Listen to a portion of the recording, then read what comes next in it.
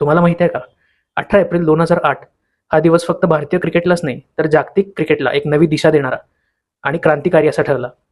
Cut back to September 2007, जेव्हा दक्षिण आफ्रिकेत खेळवला गेलेला पहिला T20 फॉर्मॅटचा विश्वचषक भारतानं जिंकला आणि त्याच्यानंतर भारतामध्ये फिरू लागलं T20 या नवीन फॉर्मॅटचं वार आणि त्याच्यातूनच उगम झाला इंडियन प्रीमियर लीग, अर्थात आपल्या सगळ्यांच्या लाडक्या IPL या टुर्नामेंटचा. सगळ्यात आधी भारतातील महत्त्वाच्या शहरांच्या टीम्स नेमल्या गेल्या होत्या आणि बेसिकली फुटबॉलच्या जशा टुर्नामेंट्स होतात त्याच धर्तीवरती IPLची सुरुवात केली गेली.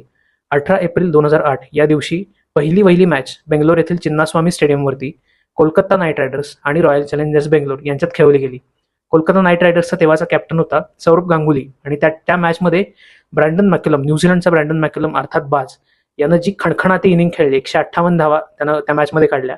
त्यामुळे ती मॅच संस्मरणीय झाली आणि त्याच्यानंतर एक प्रत्येक वर्षागणिक IPLचा स्तर वरतीच जात गेला आणि आता IPLला 18 वर्ष पूर्ण होत आहेत. जे आपलं ही जी टुर्नामेंट आहे IPL, ही भारतीय क्रिकेटचा उत्सव ज्याला म्हणलं जातं, तो असाच भरत जाऊ दे यासाठी आपण शुभेच्छा देऊया BCCIला, अर्थात भारतीय क्रिकेट नियामक मंडळाला. तुमची काय कुठली फॉन्ड मेमरी आहे IPLची ते मला जरूर कळवा. तुमची IPL मधली फेवरेट टीम कुठली होती आणि कधीपासून तुम्ही IPL बघायला सुरुवात केली हेही मला जरूर कळू द्या कमेंट्समध्ये आणि अशाच व्हिडिओसाठी मला जरूर फॉलो करा. धन्यवाद.